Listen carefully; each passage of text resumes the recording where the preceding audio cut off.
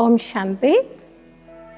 ETV live ఆధ్యాత్మిక channel ప్రేక్షకులందరికీ కూడా స్వాగతం. సృష్టి అనేది ఒక నాటక రంగం. నాటకంలో ప్రతి ఒక్కరిమి కూడా పాత్రను అభినయం చేస్తున్నటువంటి పాత్రధారులమే. రకరకాల పాత్రను పోషిస్తున్నటువంటి అద్భుతమైనటువంటి సృష్టి ఇది. ఉత్తమ పాత్ర ఏది? ఉత్తమమైన పాత్ర దేన్ని అనవచ్చు? ఒక మూవీ కానివ్వండి, ఒక చిన్న డ్రామా కానివ్వండి, చూసి రాగానే ప్రతి ఒక్కరు మీ ఏం అడుగుతాం? ఈ డ్రామాలో, ఈ మూవీలో హీరో ఎవరు? కొన్నిసార్లు హీరో పేరు వినే ఆ మూవీ చూడడానికి కానీ, ఆ డ్రామా చూడడానికి కానీ వెళ్ళడానికి చాలామంది ఇష్టపడుతూ ఉంటారు. వారి పేరు వినగానే ఎంతో దూరమైనా చూడ్డానికి ఎందరో ప్రేక్షకులు వెళ్తూ ఉంటారు. వారు ఉత్తమమైన పాత్రధారుడిగా అవ్వడానికి మూల ఆధారం వారు పోషించినటువంటి ఆ పాత్ర అద్భుతంగా అభినయం చేయడమే. నాటక రంగంలో చాలా రకాల పాత్రధారులు ఉన్నారండి. అన్నిట్లో ఉత్తమమైన పాత్ర ఏది? మన యొక్క కర్మలు బట్టే మనం ఉత్తమ పాత్రధారుడమా, మాధ్యమా, కనిష్ఠులమా అని పోల్చుకోవచ్చు. గొప్ప పాత్ర ఏది? గొప్ప పాత్ర అనగానే ఏం చెప్పేస్తాం? హీరో పాత్ర, అది గొప్ప పాత్ర. ఒక హీరో అనేవారు వారు ఎలా ఉంటారంటే, ఎలాంటి పాత్ర వారికి ఇవ్వండి, అది నవ్వడమా, ఏడవడమా, నవ్వించడమా, లేదా శత్రువైనా హ్యాపీగా అది అటాక్ చేయగలగడమా, ఏ పాత్ర ఇచ్చినా, ఏ సమయంలో ఇచ్చినా ఆ పాత్రను పోషించగలగాలి. వారిని అంటారు ఉత్తమ పాత్రధారుడు. మన జీవితంలో కూడా సమయానుసారంగా ఎన్నో రకాల పాత్రలను అందరం పోషిస్తూనే ఉన్నాం. బాల్యం యొక్క పాత్ర, యవ్వనం యొక్క పాత్ర, వృద్ధాపాయం యొక్క పాత్ర. సమయం అనుసారంగా ఈ జీవితం అనేటువంటి ఈ నాటక రంగంలో చాలా రకాల పాత్రలను ప్రతి ఒక్కరు పోషిస్తున్నాము కూడా. మన జీవిత పాత్రాభినయం ఏం పాఠం ఇతరులకు నేర్పించాలంటే, అయిపోయిన జీవితం ఇప్పటి వరకు ఏ వయసులో మనం ఉన్నాం? 30, 40, 50, 60, ఎన్ని సంవత్సరాల వయసులో మనం ఉన్నప్పటికీ మన అనుభవం, మన జీవిత పాఠం అనేది ఇతరులు మాట్లాడకుండా మన యొక్క జీవిత అనుభవం ఇతరులకు మనం వినిపించిన ప్రతి ఒక్కరి నోటి నుండి గొప్ప మాటే రావాలి. పాత్ర జీవితం అంటే మీలా ఉండాలండి, ఇలా ఉండాలండి. మంచి పాత్ర పోషించారు అంటే అర్థం వారి జీవితంలో అన్నీ వచ్చేసి ఉండొచ్చు. సుఖము, దుఃఖము, ఓటమి, గెలుపు. మంచి పాత్రలు దుఃఖపెట్టేవారు, సుఖపెట్టేవారు. అన్ని రకాల మనుషులను చూస్తూ కూడా అన్ని రకాల సమస్యలను, దుఃఖాలను ఎదుర్కొంటూ కూడా ఉత్తమ పాత్రధారుడు అనగా వారు ఇప్పటికి కూడా దుఃఖపడకుండా మనసు యొక్క స్థితిలో సంతోషం మాత్రమే నిలుపుకున్నాడు. ముఖంలో ఆనందం తప్ప వేరేది కనపడటం లేదు. వారిని అంటారు ఉత్తమ పాత్రధారుడు. కొందరు అంటారు వారు ఏడుస్తున్నారంటే, చాలా ఏడుస్తున్నారు, బాధపడుతున్నారు. బాధపడుతున్న వారిని చూస్తూ రకరకాల ఆలోచనలు మనకు వస్తూ ఉంటాయి. కొందరు దుఃఖపడుతుంటే ఏమంటారు? కొందరు మాగిందండి, వారికి అలాగే జరగాలి. కొందరు సంతోషంగా ఉన్నారనుకోండి, వారిని చూస్తే ఏమనుకుంటారు? బాగుందండి, మీకు ఇలాగే జరగాలి. ఎదుటి మనిషి వీరికి అనుకూలంగా ఎదుటివారు మాట్లాడితే, వీరు అనుకూలంగా ఎదుటివారు జీవిస్తేనే వారు గొప్పవారు, మంచివారు అని కొందరు అభిప్రాయము, వారి యొక్క అభిప్రాయము. కానీ గొప్ప పాత్రధారుడు వారి పాత్ర అభినయంలో ఎవరిని చూసినా వారు అలాగే ఉంటారు, వారు మార్చుకోరు. వారు గొప్పగానే వారి అభినయం కొనసాగిస్తూ ఉంటారు. పక్కవారు సరిగ్గా లేకపోతే అది నాది కాదు కదా, లాస్ నా సైడా, అది తప్పు కాదు. ప్రాబ్లం నా సైడ్ ఉందా, లేదు. నా సైడు రాంగ్, ఎదుటివారు బాగా లేకపోవడం అది నా సైడు రాంగ్ కానివ్వండి, నా ప్రాబ్లం కానివ్వండి. వారు బాలేరు అంటే బాలేకపోవడమే వారి పాత్ర. కొందరికి ఎదుటి వారు ఇతరులకు హాని కలిగిస్తూ ఉన్నారు, అది వారి యొక్క పాత్ర. కొందరిని చూస్తూ ఉంటే మనకు చాలా సంతోషం అనిపిస్తూ ఉంటుంది. ఎంత సంతోషం అనిపిస్తుందంటే వారి కొద్ది మనతో మాట్లాడి వదిలేస్తే మనం అంటుంటాం, వీరు మాతో ఇంకొంచెం మాట్లాడితే బాగుండేది అనిపిస్తుంది కదండి. కొందరు పాత్రను చూస్తే విషయం అదే, ప్రాబ్లం అదే, ఫేస్ చేస్తుంది అందరూ ఒక సమానంగానే. కానీ వారు ఫేస్ చేస్తున్నటువంటి ప్రాబ్లంని వారు చాలా సహజంగా దాన్ని ఈజీగా తీసుకునేటువంటి వారు గొప్ప పాత్రాభినయం పోషిస్తున్న వ్యక్తి అనే అర్థం. కొన్ని సమస్యలను మనం బరువుగా, సీరియస్గా మనసు యొక్క స్థితిని, మన యొక్క ఏకాగ్రతను నష్టం చేసుకుంటున్నాము. దానితో లాస్ అయ్యేది మనము మాత్రమే. లాస్ అవ్వడము అంటే తెలివిమంతుడి లక్షణం కాదు కదా. లాభం పొందేవాడిని తెలివిమంతుడని మనం అంటూ ఉంటాం. సంతోషం పోయింది, మనసు యొక్క స్థితి పూర్తిగా పాడైపోయింది. ఆంతరికంగా మీరు హ్యాపీగా లేరు, డిస్టర్బ్ మైండ్లో ఉన్నారు.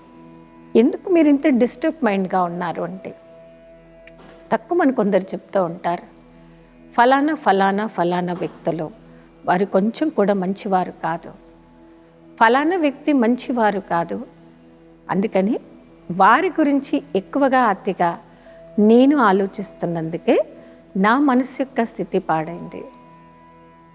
మనం ఫేస్ చేస్తున్న ప్రాబ్లం నుండి క్వశ్చన్ ఆన్సర్ మనమే అర్థం చేసుకున్నాం. చూడండి, ఫలానా వ్యక్తి మంచి పాత్రను పోషించడం లేదు, ఫలానా వ్యక్తి మంచి పాత్రను పోషించడం లేడు కాబట్టి ఆ వ్యక్తి యొక్క పాత్రను చూస్తూ నా యొక్క సంతోషాన్ని పూర్తిగా పాడు చేసుకున్నాను. కొందరు నెగిటివ్గా ఉంటారు, ప్రతి దాన్ని కూడా వారు నెగిటివ్గానే తీసుకుంటారు. ప్రతిదీ రాంగ్, ప్రతి మనిషి రాంగ్, ప్రకృతి రాంగ్, మనుషులు రాంగ్, దేశము రాంగ్. వారు మంచివారు కాదు, వీరు మంచివారు కాదు. లైఫ్ అంతా ఇదే పాఠంని వారు జపంలాగా జపిస్తూనే ఉంటారు. వారు మంచివారు కాదు, వీరు మంచివారు కాదు. తర్వాత ఏమైపోతుందో తెలుసా, మన మైండ్ సెట్ అందరూ చెడ్డవారే. ఇదే అభ్యాసం, ఇదే ఆలోచనలో మీ యొక్క మనసుకి పాఠంగా మారిపోయింది అనుకోండి. ఒకరోజు జీవితంలో మీరు ఎలాంటి ప్రాబ్లం ఫేస్ చేయాల్సి వస్తుందంటే, ఎవరు మీకు నచ్చరు, ఎవరికి నచ్చక తర్వాత ఏమవుతుంది, మీరు కూడా ఎవరికి నచ్చని వారైపోతారు. ఎవరు నాకు నచ్చట్లేదంటే తర్వాత ఏమవుతుందండి, నేను కూడా ఎవరికి నచ్చని వారిగా అయిపోతాం. నేనేం చూస్తున్నాను, ప్రతి ఒక్కరిలో తప్పుడు పాత్రని చూస్తూ ఉన్నాను. తప్పుడు పాత్ర పోషిస్తున్నటువంటి మనుషుల్ని అభినయం చేస్తున్న వారు అతిగా వారిని చూస్తుంది నేను. మరి ఎదుటి వారిని యొక్క తప్పుడు పాత్రను చూసే పాత్ర నా పాత్ర నాది, అది నా పాత్ర కాదు. బాధ్యత నాకెవరైనా ఇచ్చారా, అది లేదండి. ఎదుటి వారిని చూసే పాత్రను పోషించమని బాధ్యత నాకు ఎవరు ఇవ్వలేదు. బలవంతంగా నేను తీసుకుంటున్నాను, బలవంతంగా వారి గురించి ఆలోచిస్తున్నాను. కొన్నిసార్లు మన జీవిత అనుభవం కూడా చెప్తూ ఉంటాం. చూడండి, మనం ఏదో మంచి పని మీద బయటకు వెళ్తూ ఉంటాం, దారిలో వర్షం పడడము, ఎండ ఎక్కువ కావడము, బస్ తొందర దొరకకపోవడము, ట్రైన్ టైంకి దొరకకపోవడము కదా, ఇలాంటివి జరుగుతూ ఉంటాయి. చూడండి, ఏదైనా ముఖ్యమైన పని, ఇప్పుడు చూడండి చాలా రోజుల తర్వాత జాబ్లో ఫస్ట్ డే జాయిన్ అవ్వాలి మీరు, ఈరోజు మీకు అపాయింట్మెంట్ ఉంది, టైం మీకు అన్నీ క్లియర్ అయ్యి జస్ట్ చిన్న పని, జస్ట్ సైన్ చేయడం, అంతవరకు పని వచ్చి ఆగిపోతూ ఉంటాయి. అలా అయిపోగానే తెలియని ఆ డిస్టర్బెన్స్ మైండ్లో క్రియేట్ అవుతూ ఉంటుంది. అప్పుడు అనిస్తుంటాను, చూడండి లేచిన గడిగే రోజు బాగాలేదు, ప్రొద్దున లేచి ఎవరి మొహం చూశానో ఏమో, అందుకే ఇలా జరిగింది అలా అంటుంటాం. చూడండి, అంటే తప్పుడు కర్తవ్యం ఎదుటి మనిషి పోషించాడు, తప్పుడు పాత్ర ఎదుటి మనిషి అభినయం చేశాడు, కానీ వారి గురించి అతిగా ఆలోచించింది ఎవరు? నేను ఆలోచించాను. దాని గురించి ఆలోచించి మన సబ్ కాన్షియస్ మైండ్లో ఆ దృశ్యాన్ని బలంగా నాటుకున్నామనుకోండి, అప్పుడు మనకు అన్నీ కూడా అది బ్యాడ్గా జరుగుతున్నట్టుగా, బ్యాడ్గానే కనిపిస్తూ ఉంటుంది. మరి గొప్ప పాత్రను అభినయం చేస్తున్నటువంటి ఒక గొప్ప పాత్రధారుడు ప్రతి దానిలో ఒక మంచిని నేర్చుకోగలుగుతాడు. అదండి గొప్ప పాత్ర అభినయం పోషిస్తున్నటువంటి పాత్రధారుడి యొక్క లక్షణాలు. మనం నెగిటివ్లో కూడా పాజిటివ్గా తీసుకోగలిగేటువంటి శక్తి మనకు రావాలి. వారిని అంటారు, మనలో ఆ శక్తి ఆల్రెడీ వచ్చేసిందనుకోండి, అప్పుడు మనం ఉత్తమ పాత్రను పోషిస్తున్నటువంటి ఒక అద్భుతమైన పాత్రధారుడిగా మనం పేరు తెచ్చుకోవచ్చు. అంటే గుర్తింపు అనేది మనకు రిటర్న్ ఈశ్వరుడి ద్వారా దొరుకుతుంది. నేను ఏం చూస్తున్నాను, ఏమి ఆలోచిస్తున్నాను, కొంచెం సమయం తర్వాత మనం కూడా అలాగే తయారైపోతాం. ఇది కర్మ యొక్క ఫిలాసఫీ అన్నమాట. ఏది ఎక్కువ చూస్తారు మీరు, దేని గురించి ఎక్కువ ఆలోచిస్తారు, ఎక్కువ ఆలోచిస్తూ ఎక్కువ చూస్తూ, దీన్ని అంటారు సహవాసం యొక్క దోషము. సహవాసం యొక్క రంగు అనేది ఒక సెకండ్లో మన మైండ్ పైన పడుతూ ఉంటుంది. మైండ్ పైన సహవాస దోషం ఎక్కువ ఉందనుకోండి, తర్వాత మీరు ఆ యొక్క ఫీలింగ్ నుండి, ఆ యొక్క నెగిటివ్ ఆలోచనల నుంచి బయటకు రావడం రాను రాను కష్టంగా మారుతూ ఉంటుంది. కొందరి మైండ్ ఎలా ఉందంటే చాలా సెన్సిటివ్గా ఉంటారు, అతి సెన్సిటివ్గా ఉండేవారు, అతిగా నెగిటివ్ ఆలోచించేవారు, వారు ఏది కూడా ఈజీగా తీసుకోలేరు, ప్రతిదీ కూడా బరువుగా మనసు పైన తీసుకుంటూ ఉంటారు. అలాంటి వ్యక్తి ఉత్తమమైన పాత్రను ఎప్పుడు కూడా అభినయం చేయలేడు. ఉత్తమ పాత్ర అభినయం చేయాలి అంటే వీరేమంటున్నారో, వారేమంటున్నారో, నేను వారికి నచ్చానో లేదో, నాతో వీరు ఎక్స్పెక్ట్ చేస్తుంది నేను 100% చేయగలనో లేదో, అతిగా ఆలోచించే వ్యక్తి ఎప్పటికీ ఉత్తమ పాత్రను అభినయం చెయ్యలేడు. ఇప్పుడు చూడండి, మీరు ఈరోజు అన్ని రకాల ఆ ఘాటైన మసాలాతో ఒక భోజనం తయారు చేశారు. అయితే అది మీకు నచ్చింది, స్పైసీ ఫుడ్ చాలా బాగుంది, టేస్టీగా ఉంది ఫుడ్ అని మనం తింటాం. కానీ ఎవరికైనా యాసిడిటీ ఉందనుకోండి, గ్యాస్ట్రిక్ ట్రబుల్ ఉంది, యాసిడిటీ ఉంది, అదే ఎక్కువ మసాలా నిండినటువంటి భోజనం వారికి పెట్టారనుకోండి, వారు తిని ఎంత ఎక్కువగా మీ యొక్క పాత్రను పోషించినటువంటి మిమ్మల్ని ఎంత ఎక్కువగా మీ గుణగానం చేస్తాడో, అదే భోజనం శరీరంలో ఏదైనా ప్రాబ్లం ఉన్న వ్యక్తి ఆ భోజనం తిన్నాడనుకోండి, వారి నోటి నుండి మీ పట్ల ఏమొస్తాయండి? శాపనార్థాలు వస్తాయా? సంతోషకరమైన మాటలు వస్తాయా? శాపనార్థాలే వస్తుంటాయి.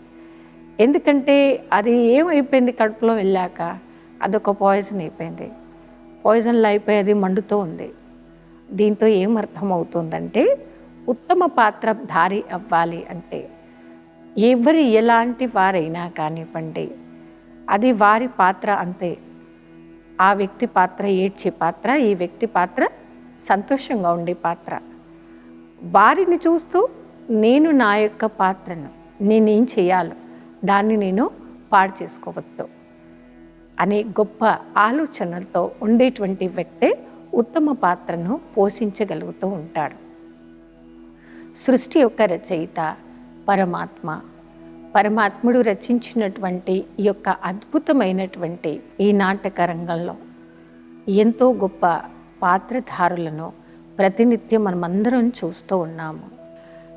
మరి భగవంతుడికి నచ్చేటువంటి వ్యక్తిగా మనం తయారు కావాలి. దానికోసం మనం ఏం చేయాలి? కాలాలు మారుతూ ఉంటాయి, వ్యక్తులు మారుతూ ఉంటాయి, వయసులు మారుతూ ఉంటుంది, సీజన్ మారుతూ ఉంది. ఇది సహజంగా ప్రకృతి పరంగా అన్ని చోట్ల అందరం మనం ఫేస్ చేయాల్సిందే. అది ఎందుకు అలా జరిగింది, నాకే ఎందుకు జరుగుతుంది అని అతిగా ఆలోచించడం మనం పూర్తిగా సమాప్తం చేసుకోవాలి. అప్పుడే మీరు ప్రతి దృశ్యాన్ని చూస్తూ మీరు సంతోషంగా మాత్రమే ఉండగలుగుతారు. సంతోషం పోయింది మీ ఆలోచనలో, మొహంలో కూడా ఏం కనిపిస్తుంది? ఆలోచనలో సంతోషం పోయిందనుకోండి, మొహం సంతోషకరంగా కనిపిస్తుందా? కనపడదు. మొహం పైన ఆ సంతోషం కనబడట్లేదు అంటే మీరు ఫేస్ చేస్తున్నటువంటి యొక్క ప్రాబ్లంని మీరు ఎలా స్వీకరించారు? అతి బరువుగా, అతి బ్యాడ్గా, అతి బరువుగా మీరు స్వీకరించారు. మీరు సహజంగా తీసుకోండి, ఈజీగా తీసుకోండి. ఎవరిలాగా? పసిపిల్లల్లాగా. ప్రతి దృశ్యంలో, ప్రతి సంఘటన వెనకాల మేలు జరుగుతుంది అని ఆలోచించడం, మేలును మాత్రమే చూడడం, ఇది ఉత్తమ పాత్రను పోషిస్తున్నటువంటి పాత్రధారుడి లక్షణం అన్నమాట. ఒక చిన్న స్టోరీ, ఉత్తమ పాత్రధారుడు అవ్వాలంటే మనం ఏం చేయాలనేటువంటి దానిపై ఒక చిన్న స్టోరీ వినిపిస్తాను మీకు. ఒక్కసారి ఒక అడవిలో, ఆ అడవి ఎలాంటిదంటే ఆ చుట్టుపక్కల చదువుకున్నటువంటి ఎడ్యుకేటెడ్ ఎవ్వరు లేరన్నమాట. మొత్తం పూర్తిగా అడవిలో అడవి జాతి వాళ్ళే ఉన్నారు. ఆ అడవిలో ఒక రాజా వేటకు వెళ్ళిపోయాడు. అతనికి ఆ రోజు మాత్రమే షికార్ దొరకలేదు. షికార్ దొరకనటువంటి ఆ రాజా స్లోగా చాలా లోపలికి వెళ్ళిపోయాడు. ఒక రాజా మహారాజా అయ్యుండి కూడా మహారాజుని డ్రెస్లో లేకుండా సాధారణ డ్రెస్లో ఆ మహారాజు గారు ఆ రోజు ఉన్నారు. అలా లోపలికి వెళ్ళిపోయిన తర్వాత అడవిలో ఉండేటువంటి వారు ఈ రాజుని పట్టేసుకున్నారనమాట. అదే రోజు అడవిలో ఉండేటువంటి ఆ దేవికి ఒక మనిషిని బలిచ్చేటువంటి రోజు అన్నమాట. చాలా రోజుల నుండి ఒక మనిషి కోసం వారు వెతుకుతున్నారంట. వారి దేవికి బలి ఇవ్వడానికి మనిషి కోసం, బలి ఇవ్వడానికి మనిషిని వెతుకుతున్నటువంటి ఆ అడవి జాతి వారికి రాజుగారు దొరికారు. పట్టేసుకున్నారు ఆ రాజుగారిని. చాలా లోపలికి తీసుకెళ్ళిపోయారు, చాలా లోపలికి. అలా వెళ్ళిపోగా నేను మహారాజును అని ఎంత చెప్పినా వారు వినడం లేదు. మహారాజు గారు మాట్లాడుతున్న భాష వారికి అర్థం కావడం లేదు, వారి భాష వీరికి అర్థం కావడం లేదు. మహారాజును అలా లోపలికి తీసుకెళ్ళి ఒక చెట్టు కట్టేశారు. చెట్టు కట్టేసిన తర్వాత అప్పుడు అర్థమైంది రాజుగారికి, నన్ను వీరి దేవికి బలి ఇవ్వడానికి తీసుకొచ్చేశారు. కట్టేశారు చెట్టుకి. బలి ఇచ్చేసేటువంటి ముందు ఒక పెద్ద కత్తి ఉంది అక్కడ. ఆ కత్తి కూడా పూజ కూడా అయిపోయింది. అన్నీ రెడీగా సిద్ధంగా పెట్టుకున్నారనమాట అడవిలో ఉండేటువంటి వారు. పూర్తిగా మహారాజు గారి ప్రాణం ఇచ్చే ముందు వారి అడవిలో ఉండేటువంటి వారి కింగ్ ఎవరైతే ఉండేనో తను వచ్చాడనమాట. అందరూ రెడీ ఉన్నారా ఈ మనిషిని దేవికి బలి ఇవ్వడానికి? మేమంతా రెడీ ఉన్నాం, మీరు ఆజ్ఞ ఇవ్వండి, 1 సెకండ్ చాలు. అయితే ఈ మనిషిని దేవి ముందు బలివ్వడానికి మేము రెడీ ఉన్నాం అని వారి భాషలో వారి మహారాజాకి చెప్పారనమాట. ఐ థింక్ బలి ఇచ్చే ముందు వారి రాజుగారు ఏమన్నారంటే, తన మొత్తం శరీరాన్ని ఒకసారి మీరు చెక్ చేయండి. మొత్తం శరీరాన్ని మహారాజు గారిది చెక్ చేస్తే అప్పుడు మహారాజు యొక్క వేలు తెగి ఉందన్నమాట. చిన్న చిటికన వేలు తెగి ఉంది. ఆ కట్టైనటువంటి ఆ యొక్క వేలును చూసి అడవిలో ఉండేటువంటి వారి రాజుగారు ఏమన్నారంటే, ఈ మనిషి దేవికి బలివ్వడానికి పనికి రాడు. ఎందుకు పనికి రాడంటే ఆల్రెడీ కట్టయి ఉన్నారు. కట్టయి ఉంది, ఏది కూడా తిరిగి మరోసారి కట్ చేయడానికి పనికిరాదు. బలిచ్చేటువంటి పద్ధతి ఇదే అన్నమాట. బలిచ్చేటువంటి పద్ధతి ఏంటంటే పూర్తి శరీరం అఖండంగా ఉండాలి. ఖండితమైంది ఏది కూడా బలికి పనికిరాదు. రాజుగారి చిన్న వేలు తెగడంతో ఆల్రెడీ అది ఖండితమైనటువంటి శరీరంగా మారిపోయింది. అయితే ఈ శరీరం ఇంకా పనికిరాదని చెప్పారు. అదే రోజు ఉదయం అడవికి వెళ్ళే ముందు ఆ రాజా బయలుదేరే ముందు ఏం జరిగిందంటే, ఆ రాజా బయలుదేరే ముందు ప్రొద్దున యాపిల్ కట్ చేసుకుంటున్నాడు అనమాట. యాపిల్ కట్ చేసుకుంటూ ఉంటే రాజుగారిది వేలు తెగిందంట. ఆ వేలు తెగగానే రక్తం రాగానే కంగారు పడిపోయినాడు అనమాట. అయ్యో వేలు తెగిందని. అయితే మంత్రి ఏమన్నాడంటే, మహారాజా మీ వేలు తెగింది, దీని వెనకాల కూడా మీకు ఏదో మేలు జరుగుతుంది. ఈ మాట అనగానే రాజుగారికి చాలా కోపం వచ్చి మంత్రిని జైల్లో ఏం చేశాడనమాట. జైలుకి వెళ్ళే ముందు కూడా ఇదే మాట అని జైల్లో వెళ్ళిపోయాడు. ఏం మాట? మీరు నన్ను జైలుకి పంపిస్తున్నారు, దీని వెనకాల కూడా నాకు ఏదో మేలే జరుగుతుంది. ఇంకా కోపం వచ్చి పంపించేశాడు. అలా పంపించేసి రాజ్యాన్ని వదిలేసి అడవికి వస్తుంటే ఆ అడవి వాళ్ళు పట్టుకొని దేవికి బలి ఇవ్వడానికి వారు రెడీ అయ్యారనమాట. కానీ ఏ వేలు తెగినందుకు మీకు మేలు జరిగింది రాజా అని ఆ మంత్రి చెప్పాడు. ఆ తెగిన వేలే రాజుగారి తల తెగకుండా కాపాడడానికి ఆధారమైంది. మన జీవిత యాత్రలో ఎన్నో జరుగుతూ ఉంటాయి. కానీ నేను ఉత్తమమైనటువంటి వ్యక్తి, ఉత్తమమైన పాత్రధారుడిగా అవ్వాలి అంటే అకల్యాణం వెనకాల కూడా కళ్యాణం, అంటే చెడు వెనకాల కూడా మేలు ఖచ్చితంగా ఉంటుంది అనేటువంటి ఒక మంచి మాట మన యొక్క సబ్కాన్షియస్ మైండ్లో అది ఫిక్స్ అయి ఉండాలి. మనకేం మేలు జరిగింది అని తెలుసుకోవడానికి అది ఆలస్యం కావచ్చు, లేదా అదే క్షణం మనకు తెలియవచ్చు. కానీ జరిగిన ప్రతి సంఘటన అది పాస్ట్ ప్రజెంట్లో కానివ్వండి, ప్రతి ఒక్కరి వ్యక్తి నుండి కానివ్వండి, మీరేం చూడండి, దేని గురించి ఆలోచించండి, ఖచ్చితంగా నాకు ఇది మంచి జరిగింది, నాకు మేలే జరిగింది అనేటువంటి ఆలోచనలతో ఉంటేనే మనం ఉత్తమ పాత్రను అభినయం చేస్తున్నటువంటి పాత్రధారుడు అవ్వవచ్చు. అన్ని రకాల మనుషులను చూస్తాం, అన్ని రకాల పాత్రను పోషిస్తున్నటువంటి వారిని చూస్తాం. తప్పుడు వాళ్ళు చేస్తుంటే దాని యొక్క ప్రభావం మన మైండ్ పై రానివ్వకుండా, కొందరిని అడిగారనుకోండి మీకు ఎందుకు ఇంత కోపం వస్తుంది, తక్కువని చెప్పేస్తాం కదా. తప్పు వాళ్ళు చేస్తారు, అందుకే కోపం నాకు వచ్చింది. మీకు నా కోపమే కనిపిస్తుంది కానీ వారికి తప్పు కనపట్లేదు అని అంటాము. కోపం నాకు పెంచుకోవడం, క్రోధిగా అవ్వడం మంచి పాత్ర కాదు. మంచి పాత్ర ఇది శాంతంగా ఉంటూ, సంతోషంగా ఉంటూ, కర్మలు ఎదుటి వారు ఏం చేస్తున్నా దాని బాధ్యుడు వారే. అది ఏం రిజల్ట్ వచ్చినా ప్రాక్టికల్గా ఫేస్ చేయాల్సింది ఎదుటి వారే. ఈ గొప్ప దివ్యమైన మాటను నిత్యం మనం గుర్తుంచుకుంటే మన యొక్క మనసులో కానివ్వండి, ఆలోచనలో కానివ్వండి, అశాంతి అనేది రాకుండా, డిస్టర్బెన్స్ అనేది రాకుండా మనం ఉండవచ్చు.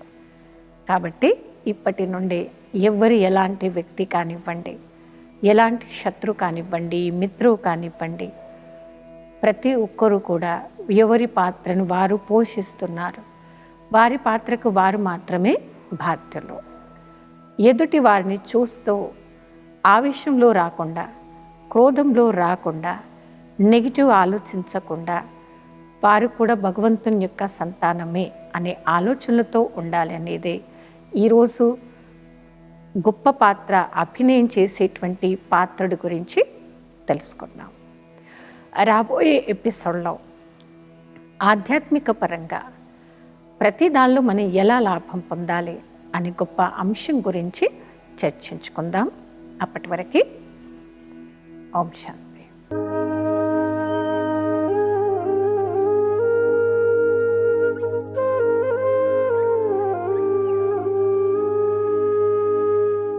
ఈ కార్యక్రమాన్ని తిరిగి చూడాలనుకుంటే www.youtube.com/ETV Life Spiritual లో చూడవచ్చు.